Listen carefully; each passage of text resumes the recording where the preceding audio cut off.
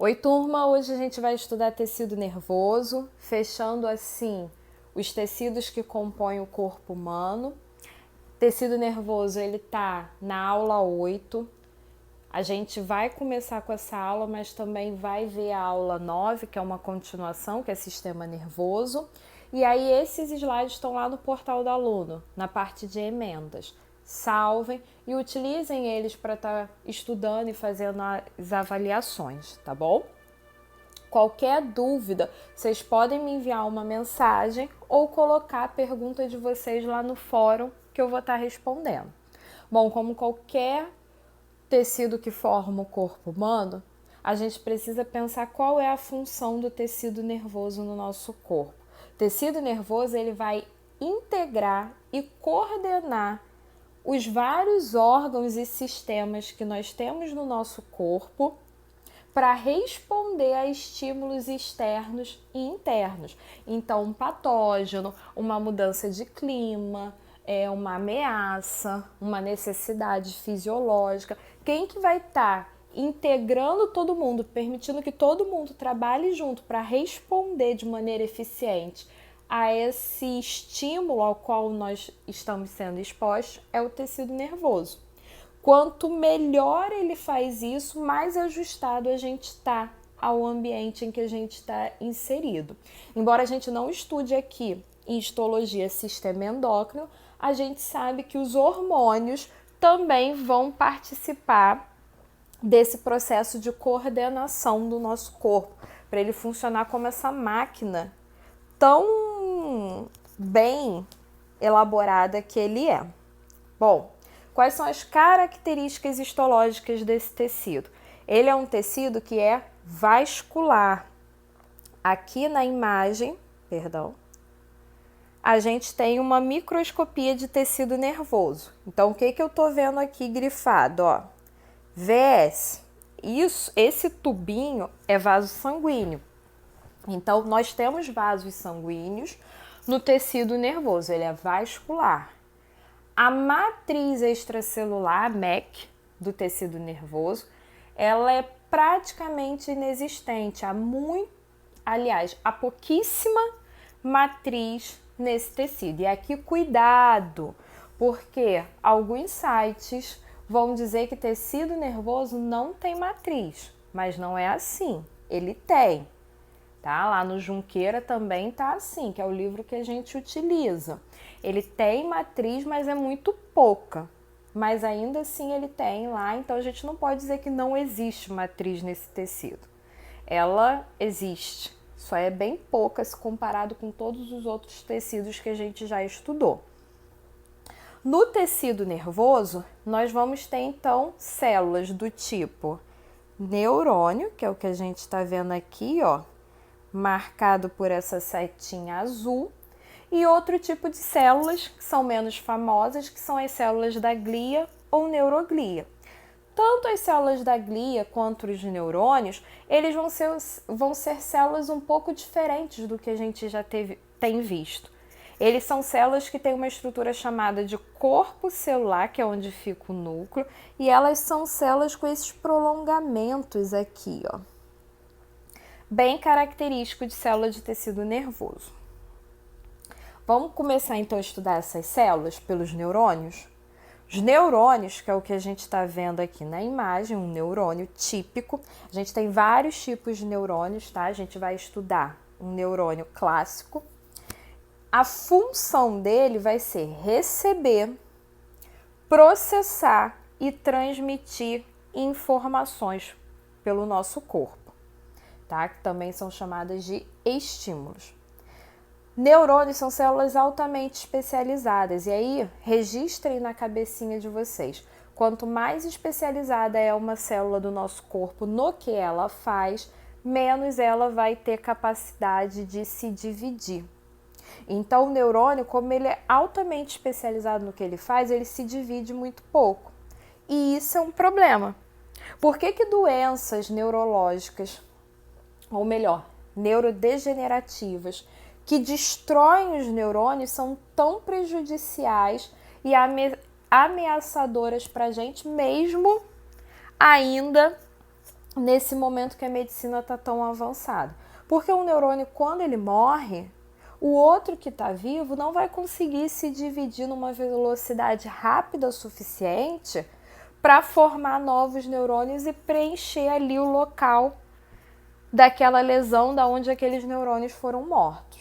E conforme os neurônios vão morrendo, a gente vai perdendo a função deles, e se são eles que coordenam o nosso corpo, junto com o tecido e o sistema nervoso, a gente vai perdendo essa função. Então, por isso que neurônios são células tão importantes. É por isso que o sistema e o tecido nervoso, ele é tão protegido e tão cuidado até mesmo pelo nosso corpo. Um neurônio típico, ele vai ter a constituição morfológica, ou seja, ele vai ter a morfologia, vai ser formado por 4 estruturas básicas. Os dendritos, que são esses raminhos aqui. O corpo celular, que é essa bolinha. O axônio, que é esse prolongamento maior. E a bainha de mielina, que são esses tubinhos aqui no desenho representados por esse tubinho verde.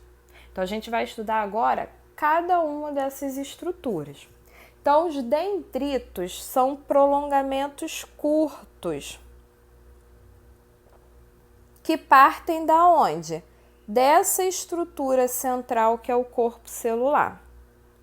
Qual é a função de um dendrito? Receber estímulos do meio. Então, quando o nosso neurônio ele recebe uma informação, essa informação vai ser captada por que estrutura do neurônio? O dendrito. E o dendrito, cuidado, porque vocês confundem dendrito, que é o prolongamento curto, com axônio, que é o prolongamento longo. Como que eu uso, Jéssica? Como é que eu sei o que é dendrito e o que é axônio? Olha o corpo celular. O prolongamento curto que parte do corpo celular, eu chamo de dendrito. O prolongamento longo, axônio, tá? Então, vocês podem usar como referência aí o tamanho e o corpo celular. Quem recebe a informação? Tá vendo que as setinhas estão chegando por aqui, ó, pelo dendrito? Porque é ele que vai receber. Corpo celular, que é essa estrutura aqui central, da onde vão partir os prolongamentos curtos e longo. Corpo celular, ele também pode ser chamado de pericário. É aqui dentro que vai ficar o DNA e a maioria das organelas que estão presentes no neurônio. Qual é a função do corpo celular? Ser a região metabolicamente ativa, ou seja, é realizar o metabolismo da célula. As reações químicas que vão estar acontecendo no neurônio, a maioria delas vai estar acontecendo aqui. Exemplo, síntese de proteínas, respiração celular.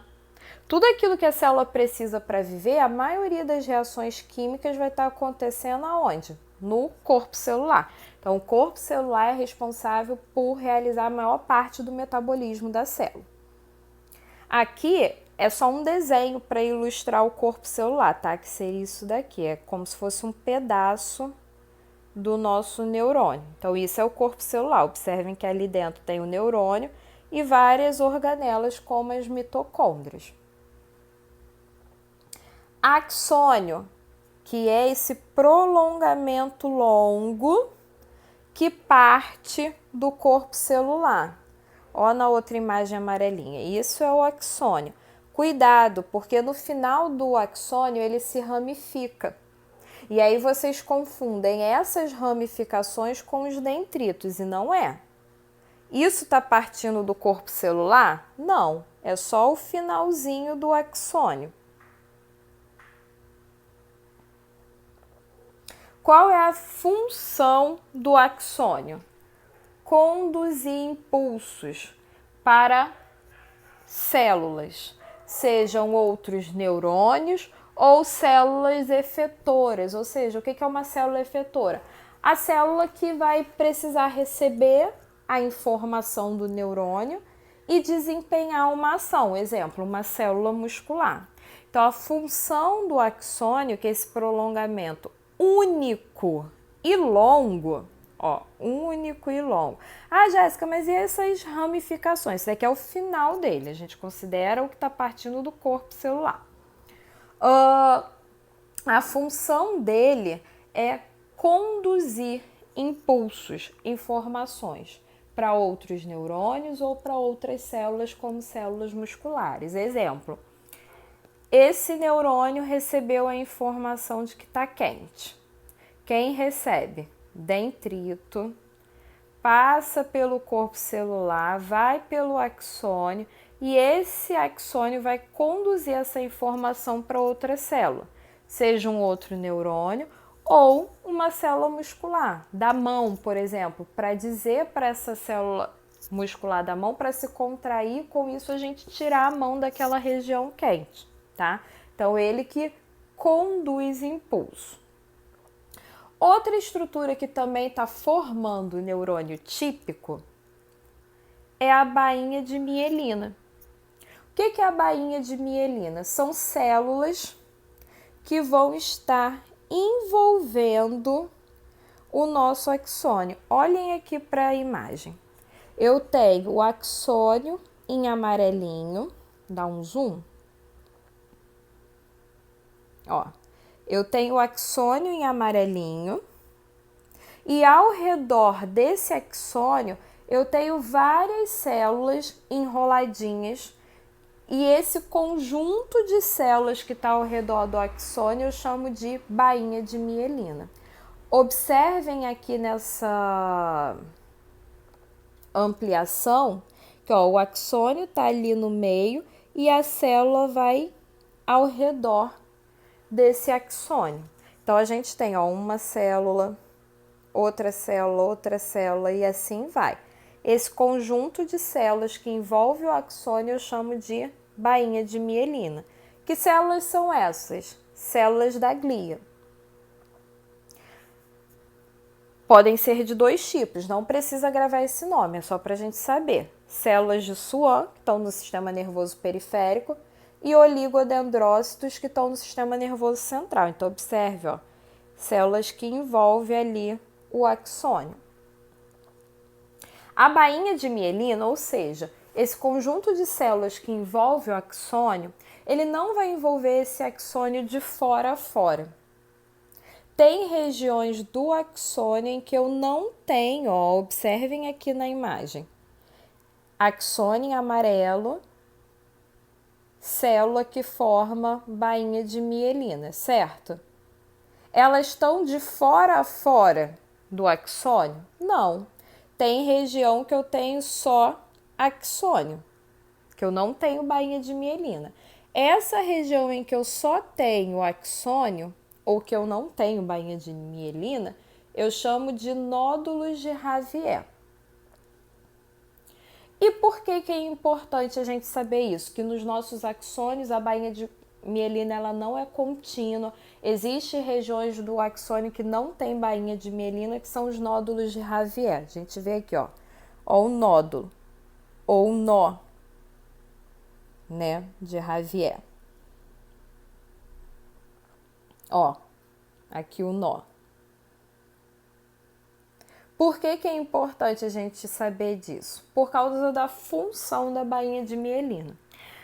Qual é a função da bainha de mielina? Aumentar a velocidade de propagação do impulso nervoso ao longo do axônio, ou seja, fazer com que o impulso nervoso, a informação que o axônio está levando para outra célula, seja mais rápida, percorra esse axônio de maneira mais rápida. Como que a bainha de mielina faz isso? A bainha de mielina ela é um isolante elétrico. E vocês vão aprender em fisiologia que o impulso nervoso ele é um impulso, ele tem uma parte que é o impulso elétrico, uma mudança de cargas, tá? A Jéssica me confundiu. Só lembra que o impulso nervoso, que a gente chama de impulso nervoso, ele tem ele é elétrico, ele tem mudança de carga dentro da célula. Ah, como, Jéssica? Depois você vai aprender em física, fica tranquilo. Mas o porquê que eu tô falando disso? Porque a bainha de mielina, ela é um isolante elétrico. Se ela é um isolante elétrico e o impulso nervoso, ele é um impulso elétrico, ele passa onde tem bainha de mielina? Não. Isolante elétrico não deixa ter essa passagem. Então, a bainha de mielina, ela obriga o impulso a só passar pelos nódulos de Ravier. Com isso, ele acaba sendo mais rápido. A gente diz que o nosso impulso ele é mais rápido no axônio que tem bainha de mielina, porque ele é saltatório, ou seja, ele passa de um nódulo para o outro. Então, só recapitulando, axônio tem a função de transmitir impulso nervoso. A bainha de mielina são células da glia que envolvem esse axônio.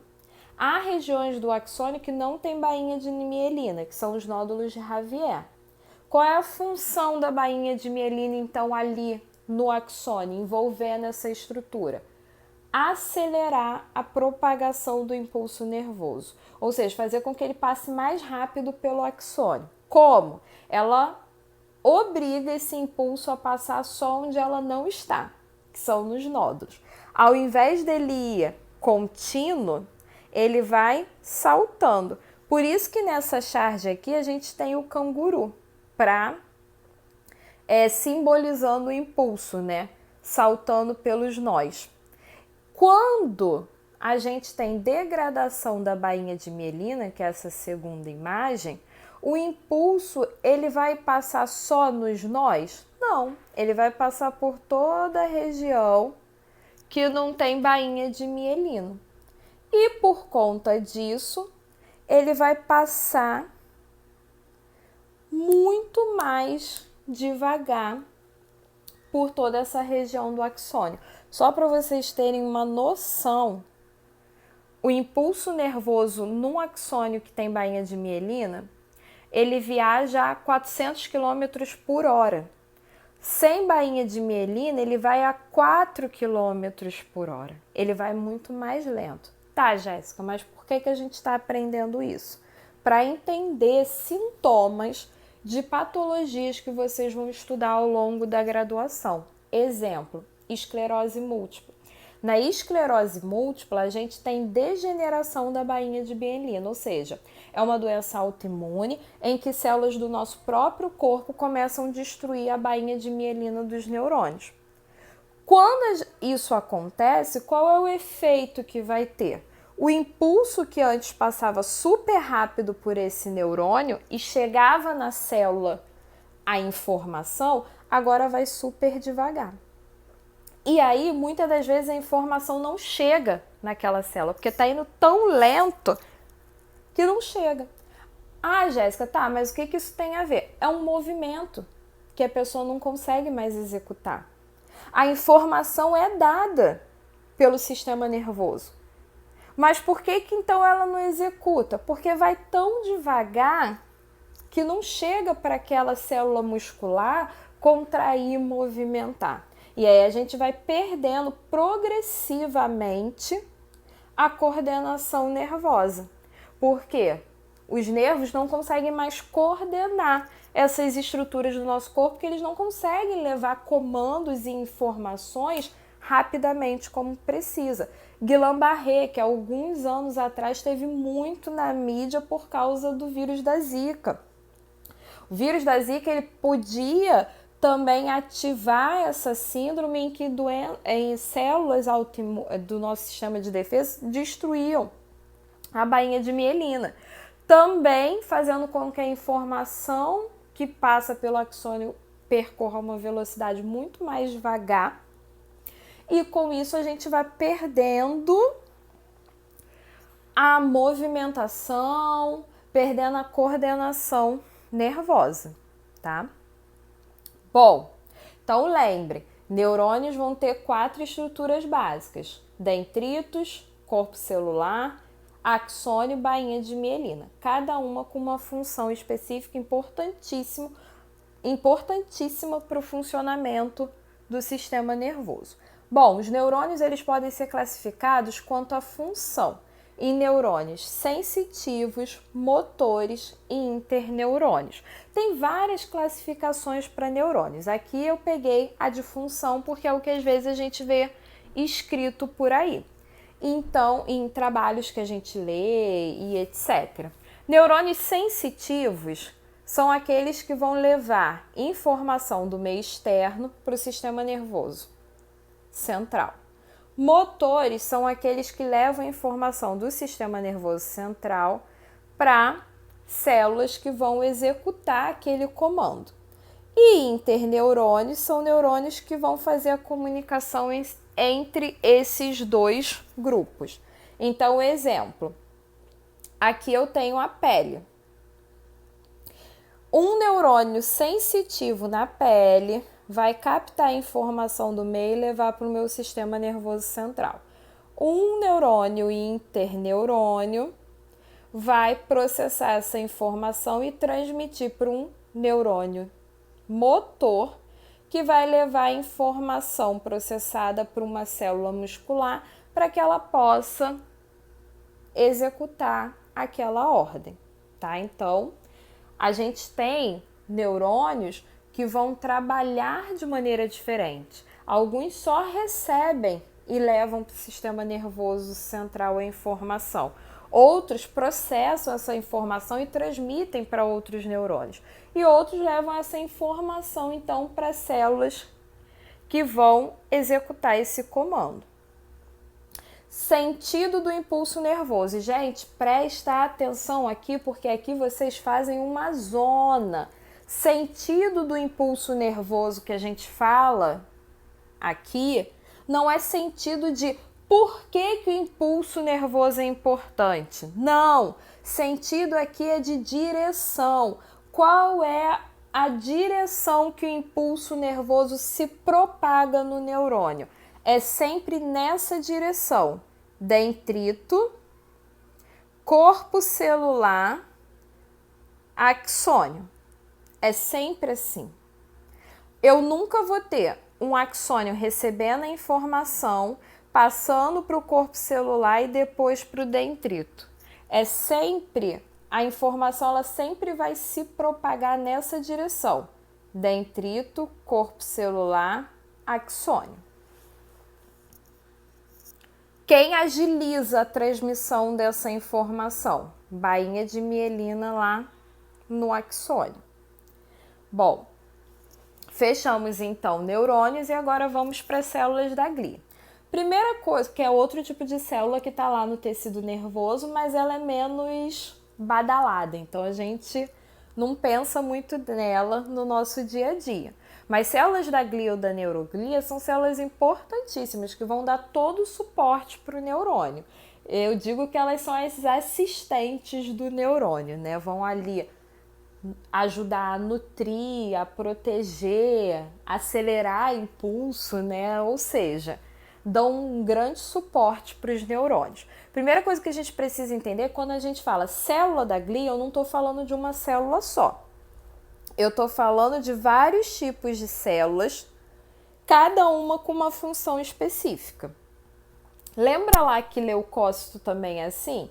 Quando eu falo leucócito, eu estou falando de vários tipos de células que vão ter uma função específica na defesa do nosso corpo. Aqui a gente está falando de vários tipos de células que vão ter cada uma função para dar suporte para os neurônios trabalharem.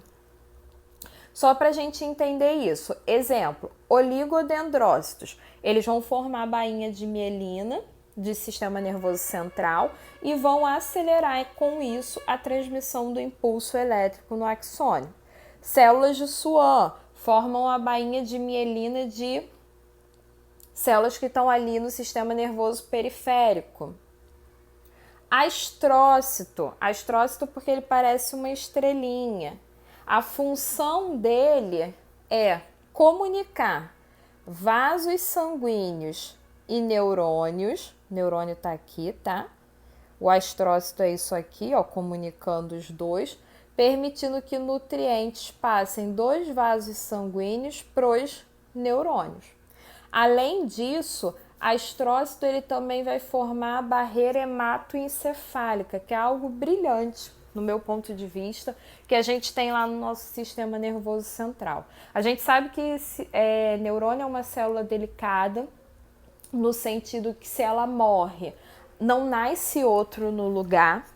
Então, para evitar que substâncias que cheguem através do sangue lá no sistema nervoso, lá perto dos neurônios, passem do sangue para o sistema nervoso, por exemplo, remédios ou outras substâncias tóxicas, e possam matar esses neurônios, o que a gente vai ter nos vasos sanguíneos que chegam no sistema nervoso? Astrócitos envolvendo esses vasos. Então, os capilares sanguíneos que chegam no tecido nervoso, eles vão ser envolvidos por astrócitos. E com isso, eles vão ser menos permeáveis, ou seja, vai ser mais difícil as substâncias passarem de dentro do vaso sanguíneo para o tecido nervoso. Com isso, as chances dessas substâncias estarem causando algum dano no tecido nervoso é menor. Isso tudo para proteger o tecido nervoso. Então, qual é a função da barreira hematoencefálica no sistema nervoso? Dificultar a passagem de substâncias tóxicas do sangue para o tecido nervoso, antibióticos, toxinas, patógenos e etc. E os astrócitos é que vão formar essa barreira hematoencefálica. Outra célula que vai estar ali assessorando os neurônios, outra célula da glia, é a microglia, que é um macrófago que está presente no tecido nervoso. A função dele ali é defesa, ele vai fagocitar, tá? Protegendo esse tecido. Bom, as células da glia, diferente dos neurônios, elas se proliferam muito bem, elas conseguem se dividir e gerar novas células. Então, se eu tenho uma região em que um neurônio morreu, as células da glia vão se proliferar e preencher aquela região. Se uma célula da glia morre, outra pode se dividir e preencher aquela região. Isso tem relevância para o nosso dia a dia? Muita! Quando a gente entende isso, a gente entende por que um paciente que tem síndrome de Guillain-Barré, se descoberta no início com tratamento adequado, ele pode reverter o quadro e recuperar os movimentos. Por quê? A síndrome de Guillain-Barré, ela não é uma doença que mata a bainha de mielina? Bainha de mielina não é formada por células da glia? Células da glia não podem se regenerar, se multiplicar? Então, se esse paciente ele consegue ser tratado logo, bloquear essa destruição, esse tecido ele pode se regenerar? Essas células podem se regenerar? Pode. E aí a gente vê o paciente com síndrome de Guillain-Barré, depois de um tempo, com tratamento e fisioterapia adequada, ele recuperando o movimento. Ah, Jéssica, mas então por que o Alzheimer não tem cura? Porque o Alzheimer ele não destrói a bainha de mielina. Ele mata o neurônio. E o neurônio não se regenera, não se duplica. E aí a gente não tem como reverter. A gente tenta adiar essa morte com tratamento, mas uma vez que morre, a gente não consegue reverter esse quadro. Então, mais uma vez eu falo, gente, teoria é chato, mas é importante para a gente entender a lógica por detrás de patologias que vocês vão estudar e tratar no dia a dia de vocês. Bom, As células da glia, elas são muito menores comparado com os neurônios, ó. Isso é um pedaço do neurônio. Isso aqui é uma célula da glia. Então, a gente tem, ó, várias células da glia para um neurônio. Observem que a célula da glia, ela não se cora muito bem na microscopia, quando eu estou preparando lá a lâmina. Então, só o que eu vejo dela é o núcleo. Isso daqui, ó, gente, é o corpo celular e o início de um axônio de um neurônio. O que eu tô vendo aqui em volta, ó, são células da glia, que não, olha o desenho anterior, tudo célula da glia, que não se coraram muito bem, por isso eu não vejo muito bem onde uma começa e outra termina, mas eu sei que elas estão lá por causa do núcleo. Por que eu chamo a atenção de vocês? Quando eu olho essa imagem aqui, eu tenho que ter cuidado. Eu preciso conciliar com ela a minha teórica. Tecido nervoso é rico em matriz extracelular? Não, ele tem pouquíssima matriz. Eu posso dizer que então tudo isso que eu estou enxergando aqui é a matriz ao redor do meu neurônio? Não, porque senão ele ia ser rico em matriz extracelular e ele não é. O que eu estou vendo aqui, ó, são células da glia. Para fechar esse assunto, a gente vê então como esse tecido nervoso ele se organiza para formar sistema nervoso central, que é formado por encéfalo e medula, e o periférico, que é formado pelos nervos, gânglios e terminações nervosas. Então, o tecido nervoso que forma o sistema nervoso central, ele está organizado em duas regiões distintas, regiões de substância branca e região de substância cinzenta. Qual é a diferença entre essas duas regiões? O que está predominando ali no tecido? A região de substância branca, eu vou ter predomínio de axônios e bainha de mielina. Na substância cinzenta, o que eu tenho predomínio ali naquela região é de células da glia, corpos celulares e dendritos do neurônio. Por isso que ela tem essa coloração mais acinzentada. Então, vamos olhar aqui para a microscopia, que na microscopia, por usar corante eosina hematoxilina, não fica branco e cinza, igual no órgão. Fica em tom de rosado. Então, o que a gente vai ter aqui, ó? Região de substância cinzenta, onde eu tenho predomínio dos corpos celulares dos neurônios, dendritos e células da glia, e aqui substância branca, onde o que eu vou ter vai ser a aglomeração dos meus axônios. Então, para vocês entenderem, eu tenho lá o meu tecido, formado por neurônios, células da glia, pouquíssima matriz e vasos sanguíneos. A gente vai ver que no encéfalo e na medula, os corpos celulares dos neurônios eles vão ficar todos aglomerados e os axônios vão ficar todos aglomerados para um mesmo canto. O canto em que eu tenho aglomeração de axônio, eu chamo de substância branca. A região em que eu tenho aglomeração de corpos celulares, dendritos e células da glia, eu chamo de substância cinzenta. Cuidado, gente! Vocês ainda não chegaram no ponto de começar a dar nome para estruturas histológicas. Então, não é substância cinza, é cinzenta, porque quem estudou quis dar cinzenta, então vamos só obedecer a pessoa. No encéfalo e na medula, a posição dessa substância branca e cinzenta ela é diferente. No encéfalo, eu tenho substância cinzenta fora e substância branca dentro. Na medula é o contrário. Eu tenho substância cinzenta dentro, formando o H medular, e substância branca fora. Então é o oposto.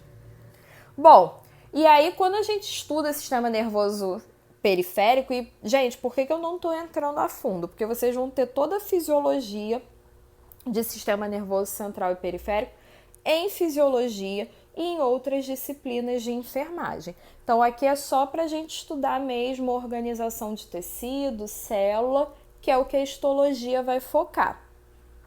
Quando a gente fala de sistema nervoso periférico, a gente vai falar muito de nervos, que são estruturas que vão estar compondo. O que vão ser os nervos? Um nervo nada mais é do que um aglomerado de axônios. Então, eu imagino que eu pego vários neurônios. O corpo celular dele está lá no encéfalo e na medula. E o axônio dele está todo aglomerado formando um nervo. Tá? A gente tem nervos que partem da medula, nervos que partem do encéfalo, e a função de um nervo é transmitir informações para o nosso corpo, seja levando para o sistema nervoso central a informação ou trazendo essa informação do sistema nervoso central, tá? Então, estudem essa aula. Qualquer dúvida, coloca lá na plataforma para eu estar ajudando a vocês.